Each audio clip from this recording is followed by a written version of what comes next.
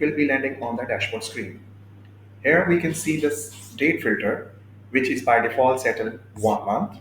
But if you click on the icon, you will be able to see the calendar on which you can select the multiple dates and click on the apply button, which will be applied on the date filter.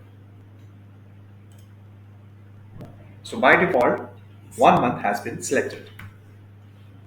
On the dashboard screen, we can see multiple cards like agents has 60 count, customer has 39, registrations 8, and closed claims 2. Here, let me explain you about the difference between the customer and the registration. Registered users are those users who have created their account but have not purchased any plan yet, while customers are those users who have purchased any plan. Moving on further, we have customer cards, registration cards, and the registered account graph. In the customers, we can see the customer name, their email, and the date. And on this card, we can see the number of 5 counts of customer. If you click on the See All button, the page will be redirected to the customer page and it will show us all the customer data. And in the filter, you can see the customer role is selected by default. Moving on back on the dashboard screen, same is with the registration. We can see the name, the email, and the date of the registrations.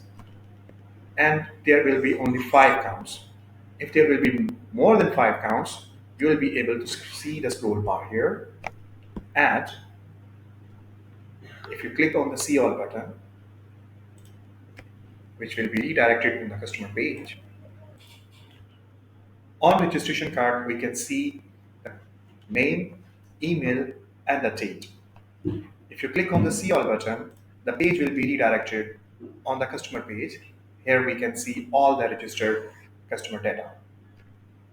On the filter, by default, you can see the role is selected registered.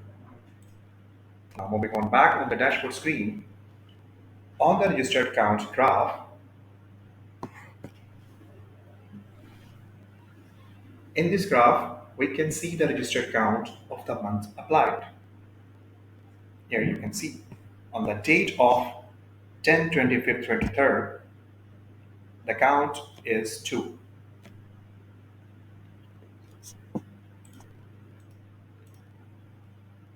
Now we have a revenue section in which we have a total sales and which is divided by the plan with their deductible amounts.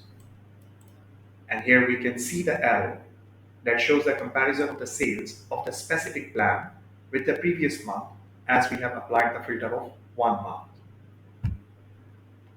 Now, with the previous month as we have applied the filter of 1 month. Now, if the arrow is upward, which shows the sales is increased, and if the arrow is downward, the sales is decreased. And one more case, if the arrow is horizontal, which shows no difference. Here we have a revenue graph, which shows the revenue, respectively the date. In the total refunds, we have the count of total refunds and the value of total refunds. In the subscription section, we have total 98. Out of them, actives are 97, cancel is only 1. On this section, we are showing the count is according to the subscription type, monthly wise, biannual, and the annual. Monthly 49/98, biannual 21/98, and annual 28/98. Now on this section, we are showing the count of plan under these subscriptions. If you hover over on any plan, you can see the total 43 auto deductibles out of 170 deductibles plan. And similarly, if you go more, you will see the message respectively. Now moving on, we have a claim section in which on the right side you can see the 3 cards. Here We have a claim in which we have a count and the sales based on their type. In this card, we have 2 open claims out of 6. Similarly, in the closed claims, we have 3 out of 6.